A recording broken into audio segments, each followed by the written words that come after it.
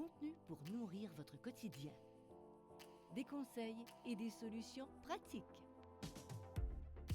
Des experts qui partagent leur vision. Bienvenue dans les balados du RQRA. Bonjour à tous, bienvenue pour ce nouveau numéro des balados du RQRA en direct du Centre des Congrès de Québec. On parle innovation aujourd'hui avec un invité de marque, Sébastien Buisson, directeur général adjoint des habitations Bordelot. Bonjour Sébastien et bienvenue. Bonjour Ahmed. Alors, avant de parler de votre parcours et des innovations qui fleurissent au sein de votre résidence, est-ce que vous pouvez nous parler tout d'abord un peu des habitations Bordelot? Oui, sans problème. Les habitations Bordelot, c'est résidences privées pour aînés, autant autonomes que semi-autonomes. On est situé à Saint-Charles-Borromée, près de Joliette. Les habitations Bordelot, c'est sur 6 résidences, dans un rayon d'1 kilomètre. Les 6 résidences, c'est vraiment comme un mini-quartier, on dirait, des habitations Bordelot. On a 1150 résidents, près de 1200 résidents. Un fait cocasse aussi, Ahmed, c'est que Saint-Charles-Borromée, c'est la ville la plus vieille au Québec. Le plus haut taux de 85 ans et plus au Québec est à Saint-Charles-Borromée. Mais en même temps, c'est que on a 1200 résidents. La population est de 14 000 de population. Donc, il y a à peu près 10 % de la population qui reste aux habitations Bordelot. Donc, c'est pour ça que la ville de Saint-Charles-Borromée est une des plus vieilles au Québec. Mais résidences privées pour autonomes, semi-autonomes, on a des unités de soins. Donc, c'est une organisation familiale gérée par M. Bernard Bordelot, à 83 ans, qui est encore très impliqué dans l'organisation, avec ma conjointe, qui est sa fille, donc avec Luce Bordelot, puis moi, Sébastien Buisson. Et on parle d'à peu près combien d'employés dans ces 6 résidences? Dans les 6 résidences, on calcule 350 employés. Puis un des faits que j'aime dire, c'est que ça fait 23 ans qu'on opère les habitations Bordelot, mais on n'a pas d'agence privée non plus. Donc, on réussit avec 350 employés à être présents 7 jours sur 7, 24 heures sur 24, mais il y a notre personnel qui ont été formés avec la culture, avec le sentiment d'appartenance des habitations Bordelot, la culture HB qu'on appelle. Donc, on réussit à offrir un service de qualité puis une expérience client à nos résidents. Je comprends bien. Et on va parler un peu de vous. Qui est Sébastien Buisson et qu'est-ce qu'il a mené au domaine des RPA? L'amour, c'est le fun, ça? Non? Bah oui. Non, c'est au départ, je suis infirmier de formation. D'accord. J'ai travaillé 18 ans comme gestionnaire dans le réseau de la santé, spécialisé même en santé mentale. J'ai travaillé à l'Institut Pinel pendant 8 ans de temps en psychiatrie. Je suis arrivé dans la région de Joliette pour un poste de gestionnaire. D'accord. Et j'étais célibataire et j'ai rencontré Luce, ma conjointe. Et là, ils ont commencé à me parler. On aimerait ça développer les soins de santé aux habitations Bordelot. Est-ce que tu voudrais venir travailler pour nous aux habitations? Au départ, j'ai dit non 3 fois.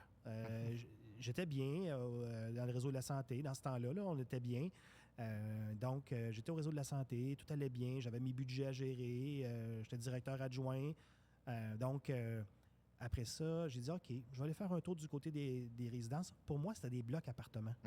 Pour moi, c'est... Mais quand j'ai commencé à connaître le réseau des RPA, c'est un Walt Disney. On peut faire plein de choses. Dans le réseau de la santé, quand on présente un projet, il faut que je passe par divers comités pour faire approuver quelque chose. Mais là, j'en parlais avec M. Bordelot, avec Luce. Là, il me disait oui. Ah oui, j'ai le oui tout de suite. On enclenche. On peut faire des projets rapidement. J'ai pas de conseil d'administration à gérer. Donc, j'avais une agilité comme organisation qui m'a fait découvrir un monde que tout est à faire, tout est à bâtir. On peut pas faire ce qu'on veut, parce que oui, on a la certification, mais à quelque part, pour donner une expérience client, puis dans le réseau de la santé, j'avais moins le résultat. Parce que l'usager, qu'on appelle dans le réseau de la santé, venait pour un épisode de santé. Après ça, il quitte, s'en va chez lui. Mais là, j'ai tout l'environnement de la personne. J'ai la famille, j'ai les frères, les sœurs, j'ai les résidents, j'ai les employés. Puis là, je vois le résultat de tous les efforts qui sont faits. Puis je vois sur le terrain les efforts que nous, on fait dans nos bureaux des fois. Là. Puis des fois, j'étais dans mon bureau, dans le réseau de la santé, je ne voyais pas le résultat. On me disait, non, ton enveloppe budgétaire est dépassée. Mais là, ça va plus vite. Les projets vont plus vite. Est-ce que c'est cet impact direct, on va dire, sur le quotidien des résidents qui vous a le plus marqué lors de votre arrivée dans le domaine des RPA? Oui, c'est la personnalisation des soins. Parce que des fois, on dit ça, on est un numéro dans le réseau de la santé, j'arrive à l'urgence, je passe au triage. Déjà là, ils nous donnent une cotation de P1 à P5 pour savoir quand est-ce que je vais passer. Quand je suis arrivé dans le milieu des RPA, là, on commençait à nommer les gens par leur nom. on commençait à connaître leur famille. On commençait aussi à savoir, à avoir de l'inquiétude, des fois, pour un résident qui vient d'être hospitalisé, d'offrir un service particulier. Des fois, ça peut aller même jusqu'aux soins palliatifs. Donc, on offre un service continu, mais on accompagne l'aîné. Le continuum de service de l'aîné, là, je l'avais du début puis pratiquement jusqu'à la fin, ce que je ne voyais pas dans le réseau privé, dans le réseau public, excuse-moi. Je comprends bien. Alors, vous le savez, vous êtes mieux placé que moi pour le savoir, les RPA sont chahutés, notamment depuis la pandémie. Oui. Comment est-ce que vous évaluez la situation actuelle du secteur des RPA? C'est un secteur qui est encore très florissant, mais je crois qu'on est à la croisée des chemins pour avoir certains changements. 85% des aînés veulent rester à la maison. 12% veulent aller rester en RPA et le reste, c'est RI, CHSLD. On est des spécialistes en service aux aînés des RPA. Il ne faut pas laisser les autres prendre notre place. Toutes les personnes qui vont écouter ce podcast-là, qui ont une résidence ou qui sont gestionnaires ou qui sont employés d'une RPA, vous êtes des spécialistes au service aux aînés. Il ne faut pas baser seulement sur le loyer versus résident. Il faut baser maintenant, je crois, notre entreprise, service versus aîné. Donc, ouvrez vos services, mais de façon contrôlée aussi. Il ne faut pas se lancer dans n'importe quel projet. Il faut quand même le planifier. Mais nous, aux Habitations Bordeaux, depuis 5 ans, on avait un projet fou, Ahmed, c'était d'être le chef de file en matière de service aux aînés au Canada. Et on est à Saint-Charles-Borromée. On s'est dit ça, il y a 5 ans. Puis le 23 octobre prochain, je m'en vais à Edmonton présenter les Habitations Bordeaux pour l'avancement technologique. Le gouvernement canadien nous demande d'aller présenter là-bas. En 5 ans, le bond qu'on a pu faire, les habitations, en mettant des objectifs, puis en mettant, oui, on va en parler tantôt des technologies, mais ça nous a amené à être une référence canadienne, mais en étant quand même juste à Saint-Charles-Borromée. Très bien. Et puis, alors vous avez évoqué un bon nombre de défis et puis l'aspect aussi innovant des habitations Bordeaux. Au sein du RQRA, on vous connaît plutôt bien puisque l'an dernier, vous aviez remporté le prix Distinction Innovation. Est-ce que l'innovation a toujours occupé une place centrale au sein des valeurs de l'entreprise? Quand on s'est dit l'objectif fou que je viens de te parler, Ahmed, qu'on voulait devenir la référence au Canada en matière de services aux aînés, il a fallu quand même mettre des objectifs et mettre des points. Et là, la technologie est ressortie. C'était pas un point qui était travaillé. J'ai commencé à faire quelques recherches.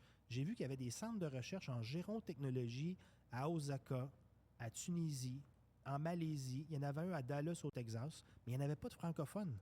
Donc, j'ai approché le Centre de développement économique de Joliette.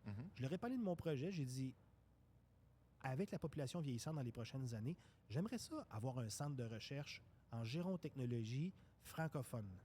Et là, il y a quelqu'un qui m'a écouté, qui est Nicolas Framery. On a mis un projet en place. On a appelé ça le Living Lab de la Naudière.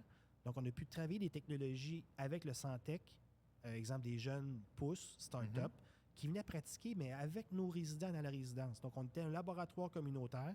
Donc, au lieu de pratiquer dans un laboratoire puis de tomber à terre tout le temps pour faire pratiquer leur capteur, c'est ça. Mais là, ils venaient pratiquer avec nos résidents dans la résidence, puis il y avait la rétroaction de l'aîné, savoir si c'était confortable ou pas, qu'est-ce qu'il avait aimé.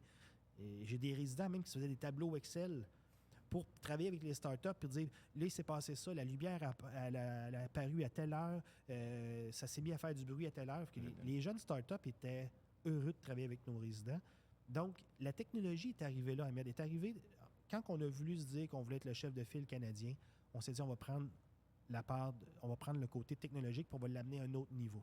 Et comment est-ce que c'est accueilli justement toutes ces innovations par les résidents? Il y a des côtés, des fois c'est négatif, puis il y a des côtés que c'est très positif.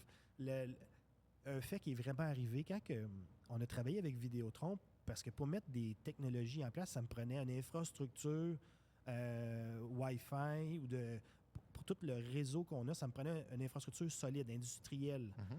Et là, quand on a mis le Wi-Fi pour tous nos résidents, il y a une dame qui vient me voir, puis elle dit, Sébastien, elle dit, là, ça marche pas le Wi-Fi, il faut que tu me l'enlèves de mon appartement parce que depuis que tu as mis le Wi-Fi, mes toasts brûlent dans mon toaster. Donc là, on part de loin de quelqu'un qui pense que ses toasts brûlent dans son toaster à le pouvoir du Wi-Fi. Mais il y a des gens qui vont dire, mes portes grincent depuis que vous avez mis le Wi-Fi. On tombe dans... La moyenne d'âge de nos résidents, c'est 84 ans. Donc, il y a des gens, par exemple, qui sont très allumés. Depuis la pandémie, on en parlait tantôt, mais toutes les histoires de tablettes, de communication, les aînés Maintenant, il y a 83% des aînés qui sont branchés sur Internet. Donc, ils vont voir les technologies, ils vont avoir des montres connectées, ils vont avoir un Google Home à la maison, ils vont... la glucomètre, exemple, pour la pastille sur le bras, ils vont travailler avec leur téléphone au niveau de la santé. Mais j'ai un autre côté que j'ai des gens qui participent, puis on a une liste d'attente présentement de résidents qui me disent « Hey, la prochaine technologie là, que tu vas avoir, je veux que ce soit moi. Là, parce que là, j'ai manqué la dernière, puis mes amis qui ont participé, ils ont adoré faire l'étude. Fait que moi, je veux être le prochain. Fait qu'on a une liste d'attente présentement de résidents qui participent. Et donc, on constate une certaine ouverture quand même à ces technologies au sein des résidents. Mais ça brise l'isolement aussi. Eux, ils se lèvent à 6 heures le matin. Ils commencent tôt, des fois, la journée, même nous aussi, là, mais ils ont le goût d'être animés, puis de pouvoir en discuter, puis participer, de transmettre l'information à des plus jeunes. Puis les jeunes sont passionnés, puis de leur côté aussi, ils sont passionnés. La communication se fait facilement entre le groupe de plus jeunes puis les plus anciens. Alors, vous avez parlé tout à l'heure des startups qui venaient tester certains produits, certaines technologies. Est-ce que vous n'aviez pas des craintes en mettant en place, on va dire, ce genre de pratique? Oui. J'ai appris aussi, parce qu'on essai-erreur. Il y a 5 ans, on avait travaillé avec une technologie qui s'appelle EV, qui était de la domotique par Wi-Fi, qui ressemble un peu comme un iPhone collé sur les murs. Et ça détectait les chutes, détectait les détecteurs de dégâts d'eau dans l'appartement. On contrôlait les thermostats Wi-Fi, donc je faisais l'économie d'énergie. Et 8 startups sur 10 cessent leur fonction parce qu'ils ont de la difficulté à faire de la levée de fonds, des rondes de financement. Exemple, Ange Québec, je crois qu'il y a l'année passée, on diminue de près de 80% les montants investis dans des startups. Donc, ces jeunes startups-là, il n'y avait plus d'argent pour pouvoir fonctionner. Ouais. Donc, ces technologies-là arrêtent. Et j'ai peut-être fait une erreur. On avait foncé, puis on s'est dit, c'est une bonne technologie. On avait fait des tests avec eux pendant 3 ans de temps dans nos résidences. Puis quand on a ouvert une nouvelle résidence, on avait aménagé les 203 appartements avec ce système-là. Puis à 2 semaines de vie, on s'est fait dire que la compagnie faisait faillite. Donc, il a fallu se revirer de bord, travailler avec une entreprise qui puisse reprendre la propriété intellectuelle, parler aux résidents. C'était quelque chose. Mais c'était une étape, on a beaucoup appris. Puis maintenant, je veux travailler avec des universitaires, parce qu'on a un centre de recherche. Donc, on travaille avec l'UQTR, l'Institut de gériatrie de Montréal, l'Université d'Ontario, l'Université, j'ai un blanc, je vais te revenir tantôt, et j'ai aussi la Polytechnique.